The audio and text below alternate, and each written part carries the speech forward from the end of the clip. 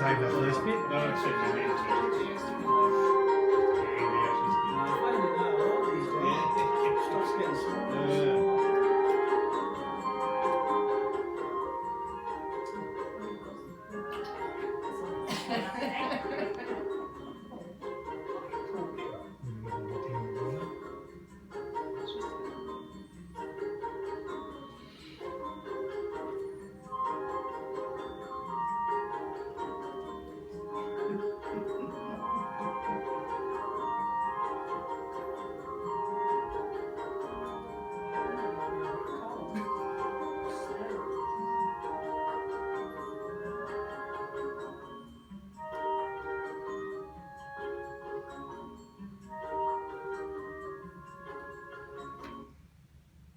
Alrighty, so did everyone enjoy that? Did you get any helpful tips, pointers, anything out of why we build relationships at work?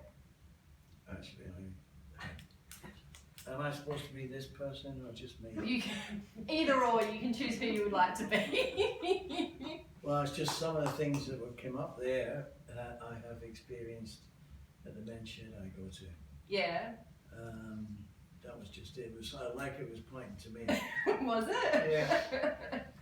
And was there anything helpful or anything? No, actually, it worked out just the way they were saying. Can I explain? Yeah, go for it. Give us an I example. get on with all the men in the men's shed, Mm-hmm. except for one. Yep.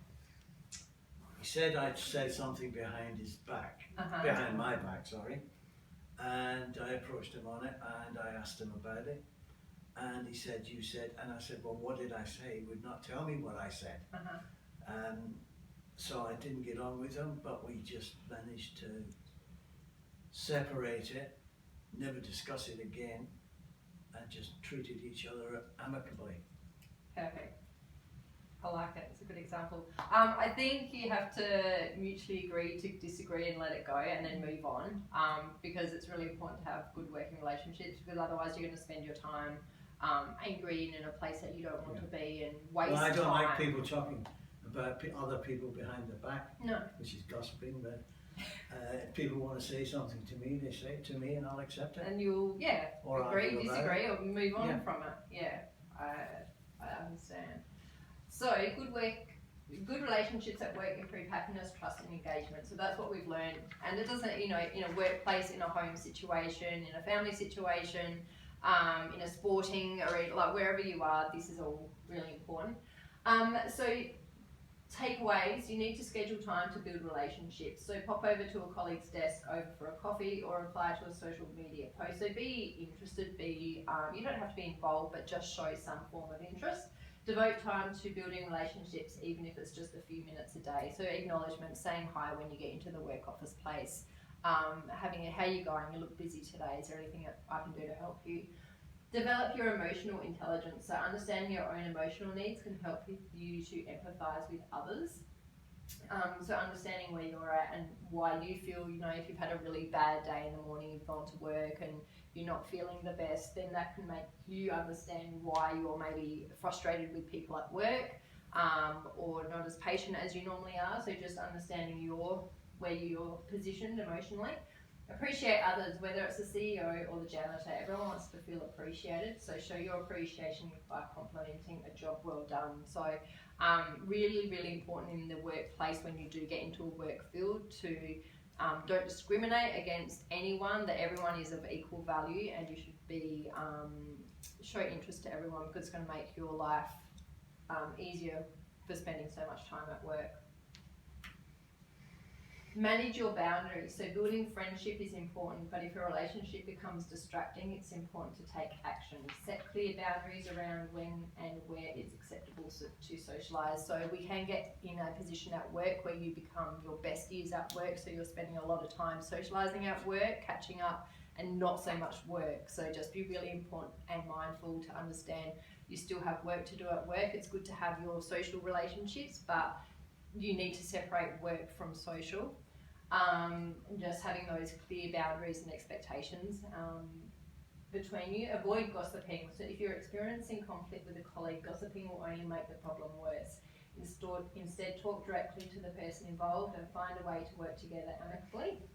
It's true that not every work relationship will be great, but taking the time to build positive relationships can transform your working life. So avoid gossiping is a really important one in the workplace. He said, she said doesn't get you anywhere, and it will end in tears. So just making sure that if there is something that you're not happy with, going up to that person and having a conversation with them, and you can, you know, move forward from there. But if you're going to tell you that someone gossiped about you, Chinese whispers is not good. So just making sure that you're working together with the person involved to find an amicable solution. Any questions? Any queries? Does it all make sense? Mm-hmm. Yeah. So defining a good relationship, what makes a good relationship? So trust is really important. This is the foundation of every good relationship. When you trust your team and your colleagues, you form a powerful bond that helps you to work and communicate more effectively. If you trust the person you work with, you can be open and honest in your thoughts and actions. So without trust, you don't really have a lot in the workplace. Your boss will have to trust you that you're going to do the right thing by the company and in your job role. So building trust in your relationship with your peers at work. Mutual respect. When you respect the people you work with, you value their input and ideas and they value yours. So working together, you develop solutions based on your collective insight, wisdom and creativity. So respecting opinions. Everyone has different opinions and not everyone will have the same opinions, but it's learning respect about everyone's opinion, and everyone has a valid opinion in the workplace. So keeping that in mind, that even though you're very passionate about your own direction, that others can also influence, and there's no right and wrong. It's collectively how can you get better together. Mindfulness, this means taking responsibility for your words and actions. So those who are mindful are careful and attend to what they say. They don't let their own negative emotions impact the people around them. So that's really important in a work environment, that if you are a negative person, that will rub off on your other work colleagues, and it will, the negative impact is not good for the staff morale. So making sure that if there is an issue, you're addressing the issue, but being mindful for what you're saying to others. Welcoming diversity. So people with good relationships not only accept diverse people and opinions, but they welcome them. For instance, when your friends and colleagues offer different opinions from yours, you take time to consider what they have to say. You factor their insights into your decision making. So it's a little bit, you know, everyone's got a different opinion, but no opinion's right or wrong, but it's how can you collectively put them together to make the decisions for the company and your work environment going forward. So now we're going to talk about difficult relationships. So we've talked about what does a good relationship look like? How do we build a good relationship? Now difficult relationships. So occasionally you'll have to work with someone you don't like or someone that you simply can't relate to. And unfortunately this is part of life, and it happens everywhere.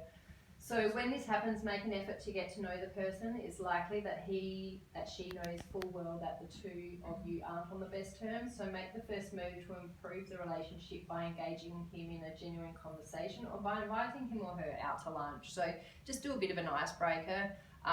You know, maybe pull them aside and take them out for a coffee up the road, just spending that time, that they will appreciate that you've made an effort to, you know, talk about your differences perhaps. While you're talking, try not to be too guarded. Ask him about his background, interests and past successes. Instead of putting energy into your differences, focus on finding things that you have in common. Just remember, not all relationships will be great, but if you can make sure that they are at least workable.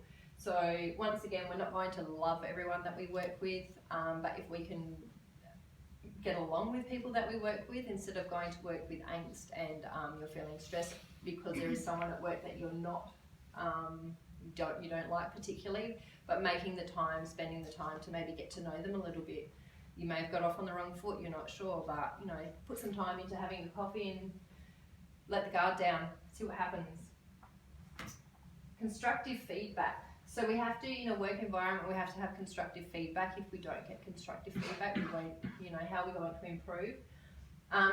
It is effective communication to succeed and thrive. So if you want to do well in your work environment, then taking on constructive feedback from your employers is definitely where we need to be, as well as increasing staff morale. Feedback helps us learn more about ourselves, our strengths and our weaknesses, our behaviours and how our actions affect others. It also increases our self-awareness and encourages personal development. So it's not only for your work environment, it's for a home environment, for anything that you choose to do in your life. So if you can get feedback and learn about what went well, what didn't go well, how can you improve, it's going to encourage your personal development. Feedback doesn't always have to be positive. Negative feedback highlights areas where we need to improve, and it helps make our work much better in the long run. However, it is important that you give feedback skillfully and productively, otherwise it provides no basis for development. So a little bit later on this afternoon we'll talk about how to accept feedback or how to give negative feedback. So obviously not everything is always positive, but it's constructively giving that negative feedback to make us want to improve, to do better in our employment.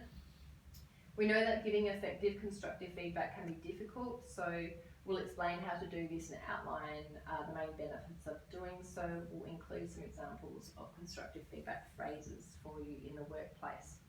So does that make sense about the good relationships versus negative relationships, and then some constructive feedback? Any questions? No? No.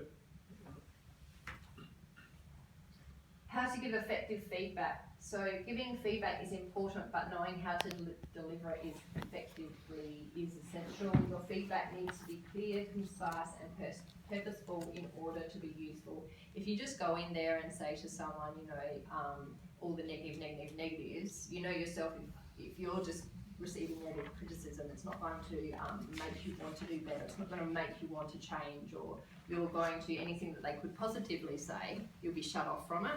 So we have to be purposeful in the order that we're delivering feedback.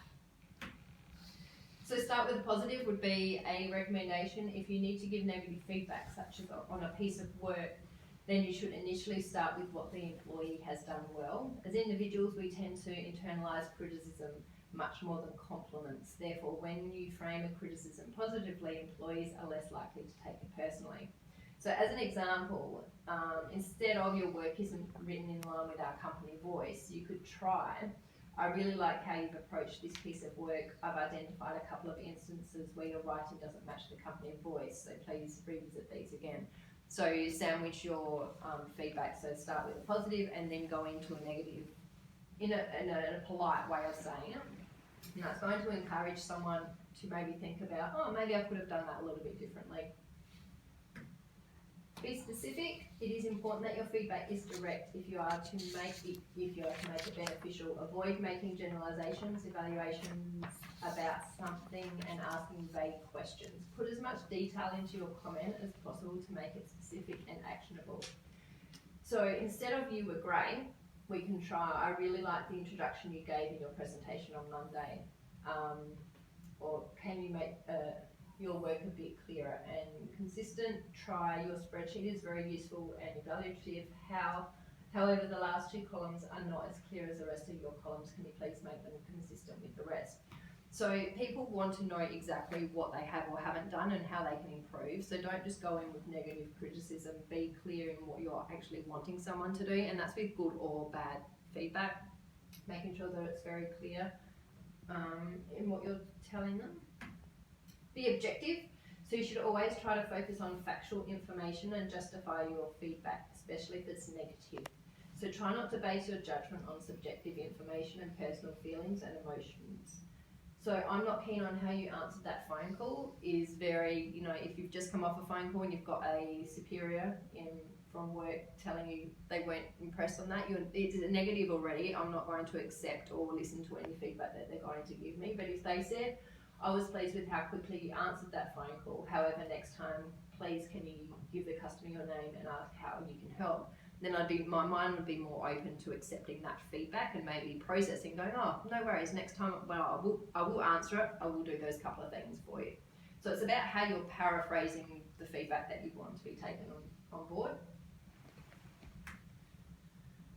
Giving actionable advice. So giving actionable advice is incredibly important if you're going to give negative feedback. It's pointless to criticise a piece of work if you don't say how to improve it. So you should always give pointers that the employee can work on and follow your feedback to ensure that they understand what to do. So instead of, I think you could improve your public speaking, you're just giving me a negative statement. You're not giving me anything on how I can effectively improve what I'm doing. Well done for speaking in front of everyone. I know it can be daunting. For next time, try to look up a little more instead of down at your script. I have a book you can help to feel you more confident to do this. So always give a solution. So I say if you've taken the time to give you negative feedback, you should be giving a positive solution, not just giving you negative feedback. Make feedback frequent, so you should always aim to give feedback frequently. Don't just wait for an annual appraisal before you let an employee know their progress. This is especially important if you're not happy with the way an employee has completed a task. If you don't give feedback close to the time, the employee will unknowingly keep making the same errors. So instead of I'll discuss this piece of work with you in your next monthly one-on-one, I'd like to discuss this piece of work with you. Can you please let me know a time in the next few days when you're free to discuss it? So it's always front of mind that you're not waiting 3 months down the track until you've decided to discuss something that you're perhaps not happy with in the workplace. It's like a dog. If they do something naughty, if you've been at work all day, you get home and the dog's destroyed a cushion, you can't tell the dog off because they've forgotten about it. It's the same in a workplace environment. So you address it pretty quickly and making that time to go and have a catch up with the person and discuss your options and giving your solutions in the workplace environment. Communicate face to face. So providing feedback face to face where possible rather than on messaging systems or over the email. This gives the employee the chance to ask questions and makes your feedback feel much more genuine. So instead of saying I'll email you feedback on your task, I'd like to give you some feedback on your completed task. Can you please let me know in the next few days when you're free to discuss it? So always remembering your communication methods. It's really important in a workplace. Communication is key and it's effective communication. So if you're just flicking off emails, there's no personally behind it. Email can be read as someone yelling at you. A text message can be interpreted the wrong way. So if you've got a really important message and you want to share it with an employee, taking the time to sit down with them and then discuss it face to face, you can see their reaction immediately as well. So and then you can talk about it rather than me sending you an email. You've got the wrong impression of what my email was or was not meant to say. You've gone and gossip to someone else, so we just end up in a world of hurt. So just taking the time to sit down and communicate face to face with someone. Benefits of feedback in the workplace. So there are so many advantages to giving and receiving positive and negative feedback as long as it's communicated effectively. The benefits of using the above types of feedback are, so we get increased motivation. So if you're receiving positive feedback about your work, then you're going to feel more appreciated and motivated to do it. So it's like in life, if someone's praising you for doing something really well, you want to keep doing it and doing it because it's a good feeling. Greater performance, so employees will work with a higher standard when they know their efforts are valued and when they receive feedback that highlights areas for improvement. Continuous learning, so quite often we fall into repetitive monotonous work routines and we stop learning new things. By giving constructive and frequent feedback, particularly if it includes areas to improve you, to teach new employees new ways to do things. So continuous learning is going to make you improve and evolve in your workplace. So like you guys are here training today, if you take that into when you find employment and continue to do your training, then it's going to improve your continuous learning, improve relationships. So employees are much more likely to come to you with problems if they know you're going to take note of their activities. Furthermore, if you let them know when you're happy with their work, they're likely to continue to work hard and not let you down. So if you've got someone that you know, like and respect at work, then you're more likely to put that time in to please them at work and to do the best job that you can, not to let them down. Personal growth, so both positive and negative feedback shows employees their strengths as well as areas to work on. This makes them more self-aware and provides them with invaluable opportunities for personal improvement. So sitting down with someone and having one-on-ones quite regularly is good for personal growth Not everyone is perfect and everyone can learn and improve. So if you take an open mind into every conversation, then you can grow. Increase confidence. When you give your employees positive feedback and let them know whenever they've done something well, you increase their confidence in their work. This makes them feel happier to come to work. So your workplace should always be a happy place to go to, somewhere that you want to go and enjoy growing as a person and learning as an employee. Workplace teamwork. So being part of a great team at work is a phenomenal feeling. You know that feeling when your team is in the zone, you know that feeling and you want to hold on to it. So it's really important when you find a great place of employment that you it makes you want to achieve. The fact of the matter is a lot of workforces suffer from poor communication, lack of trust and low engagement, all of which erode the chances of teamwork in the workplace. The key is to give the team the right conditions to develop and grow. If you want to nurture a healthy team culture, here are some teamwork conditions to consider.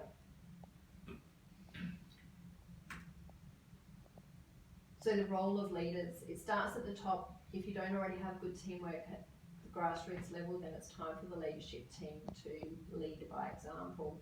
So they're the ones that the rest of your company looks to for guidance, so they should be establishing teamwork as the norm. Their behaviour will trickle down through the company to leaders at each level of the company, then to all members of the teams. Eventually the whole organisation will come to accept this mode of working. So regardless of where you are in your job role and in the ladder of your company, you can all act as leaders. There's no reason if you're not the CEO that you don't act like a CEO. Getting that good teamwork together and the leadership will make you thrive at work.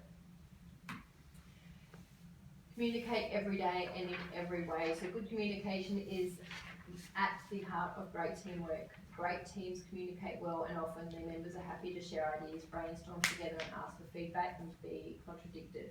This doesn't mean that team members always agree, but they're able to communicate through their differences to settle on a sound solution and continue moving forward as a team. So that one is really important in a team environment. Everyone is entitled to opinion. No one's opinion is right or wrong, but what do you need to do collectively to move forward to be a successful company? So how do you enable good communication? So be clear, setting the tone for communication amongst the team.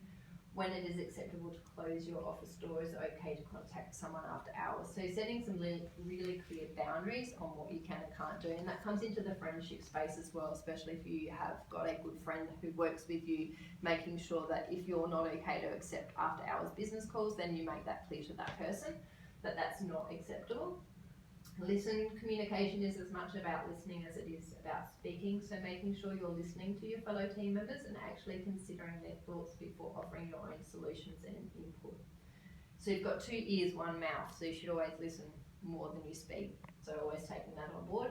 Method, there are so many ways to reach each other in the modern age. Try to use the most suitable tool to communicate for your specific needs, whether that's an email, a chat, phone call or face-to-face. I think in this day and age when we're in a work environment, email can be used inappropriately. It's a great tool for communication, but it's a very tick and flick with a lot of consequences that you may have to back up later because of the way it was interpreted. So just being really clear and mindful on the way that you are communicating. And I think perhaps we're going back to more verbal communication in this day and age. Touching base, encourage information meetings, information sharing and huddles between team members. People shouldn't have to wait for a weekly catch-up meeting to get together. Collaborative team members are comfortable communicating as and when they need to. So when you're in your workplace, they will dictate how often and where you need to have meetings with what team members. But just being involved and being present when you are in these team meetings to touch base with all your fellow employees. Exercise together. This is not about doing aerobics. We don't need to do any jumping jacks. So it's about team building exercises. So these don't have to be company retreats. These can be short and sweet tasks that take less than 10 minutes. So before deciding on a team building exercise, it's important to assess what specific challenges your team is facing. For example, does your team need to become more familiar with each other, or do they need to recover from a conflict? You may pick different exercises for each of these situations. The frequency of your team building exercises should also be considered. Team building is like physical exercises. If you don't do it often, the benefits come, or if you do it often, the benefits are more long lasting.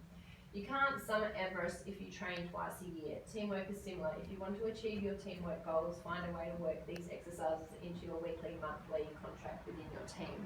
So you'll get to build relationships within the workplace if you're exercising together, doing some team building exercises. You'll also understand and appreciate what you like in communication. You might not like me doing direct communication, but you may like an email, or you may like me to touch in once a week, or you may like to catch up for coffee once a month. So it builds an understanding of what each team member wants. We need to clarify purpose. So if a team doesn't understand the purpose of their work, their attention and enthusiasm can dwindle. So always be clear about why you're doing what you're doing. It's the key to motivation. So find the why, the purpose for your current project or goal, and why you're taking each of the steps that lead you there. Not only will this keep everyone motivated and aligned, it's a great way to review your processes and ensure that you're taking the best steps to get where you need to be. So making sure everyone is really clarifying what is achievable, what you need to achieve in the workplace. Focus on strengths. So focusing on the weaknesses of your team members can seriously affect engagement and consequently lower the team's productivity. So we talked about giving negative criticism before, so not focusing on the weaknesses. So according to research, employees who use their strengths every day are 6 times more likely to be engaged in their jobs. So everyone is different. We all have different strengths, passions and weaknesses. One of the cornerstones of a good team leader is focusing on individual strengths and bringing together a team of people that has a combined skill set to get the job done. As long as everyone contributes by bringing a strong skill to the team, their weakness should not be dealt well on. So a good example of this, on a footy field, we have, let's just call it 25 players on a footy field. So every one of them is an individual person and they like to be coached in individual ways. So I was talking to someone who has been involved in the football field, and they know a few coaches, and one coach that coached in one model, the team wasn't successful, but another coach that coached in 25 different individual models had a successful team, because the individual person could relate to the coach rather than one size doesn't fit all. Okay, so we need to focus on everyone's different strengths and tailor it to what people do and don't like. Show gratitude. How much gratitude do you show? A survey found that people are less likely to express gratitude at work than at any other place. In fact, 60% of these people said that never express gratitude at work, or do so perhaps once a year. So it's quite surprising to discover that people actually want to be thanked. So 70% of the surveyed people would feel better about themselves if their boss or work colleagues were more grateful, and 81% would work harder. Gratitude is actually proven to lead to an increased sense of worthiness, trust within the workplace.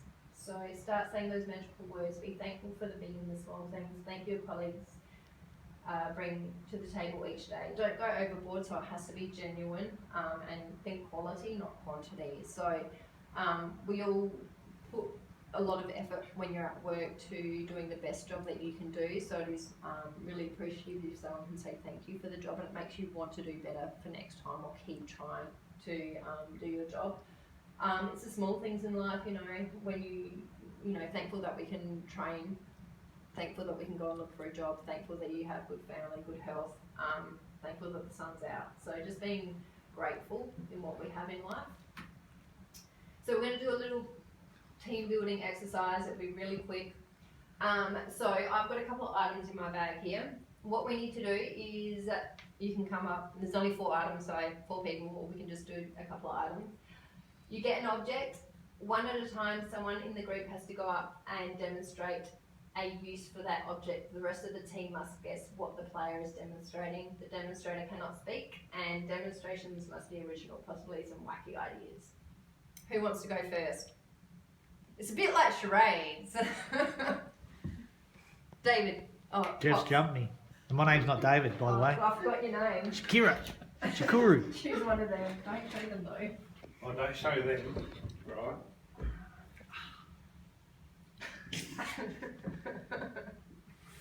Okay. Alright, so pop it in here and you have to demonstrate. Without speaking. Without thinking. Yeah. Yeah, okay. I'm going to give you a hint. These are office items. Office items, right. Because otherwise it could be something. You ready? Calculator. Yeah. Well done. Alright, next one. Who's up? Oh, my bad. Oh. Oh. Yeah. Ready? Scissors. Why'd you pick a difficult one? They're not difficult. Next. Next. Who's up? Go on, there's only two more things.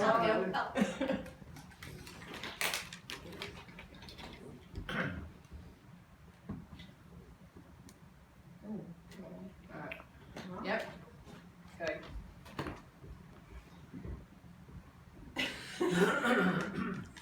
Stapler. Yeah. Very good. You guys are smart. One more. One more. Go on, Pull quick. it. Oh, right. Should be enough. You got this one. Oh. Oh. Ooh, Sorry. great. Yep.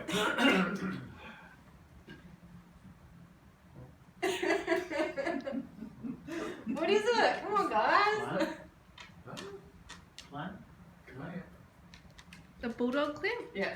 Oh, A what? I love it, brother. Did you see it? Hold all the papers and stuff Yeah. together. Oh, yeah. Perfectly. Yeah, Is a that what I bulldog. call it? Yeah, bulldog. Oh, Yeah. bulldog. Yeah, bulldog. Alrighty, good job. I knew about them, but I didn't know what they were called. Oh. That's a bulldog. All those things that all paper together. I know what it is. I've got a couple of them in the office, hanging things up. So in summary, today we've learned about develop effective workplace relationships. So understanding relationship building and the process and feedback. We have talked about why we have good working relationships, ways to build great working relationships and manage difficult relationships. Has anyone got any feedback or anything they want to talk about in understanding relationship building and processing feedback? No?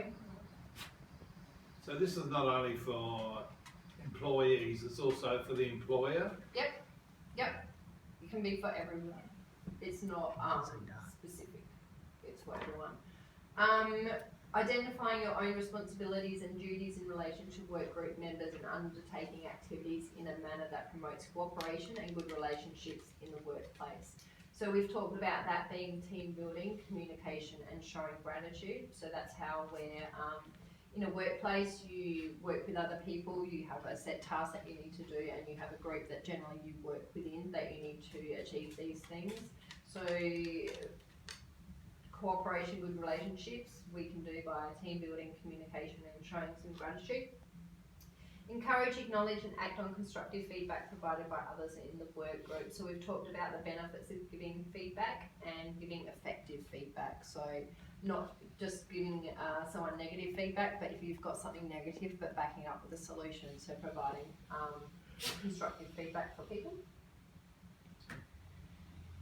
So feedback forms, we've got some feedback forms which I'll hand out in a minute. If everyone can fill out a feedback form, so the you don't need to put your name on it, it's all anonymous. So for me to improve as well is for some feedback, so if you can fill that out, and I will come and grab them in a minute. Excuse me, what's coming up next, super exciting, so deal effectively with issues, problems and conflicts. So our next session will be strategy planning within a work group, respect differences in personal values and beliefs and their importance in the development of relationships, identifying linguistic and cultural differences in communication styles and responding appropriately. We're going to look at identifying issues, problems and conflict encountered in the workplace, and how do we seek assistance from work group members when there are problems or conflicts, suggest possible ways of dealing with them. So thank you for coming today. That's the end of my session. I will hand out this. We will need your hand for this.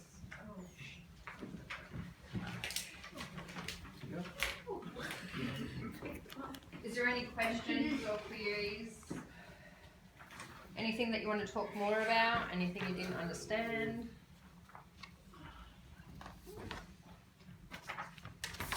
All good. All good. Cheers. Thank you for your attendance.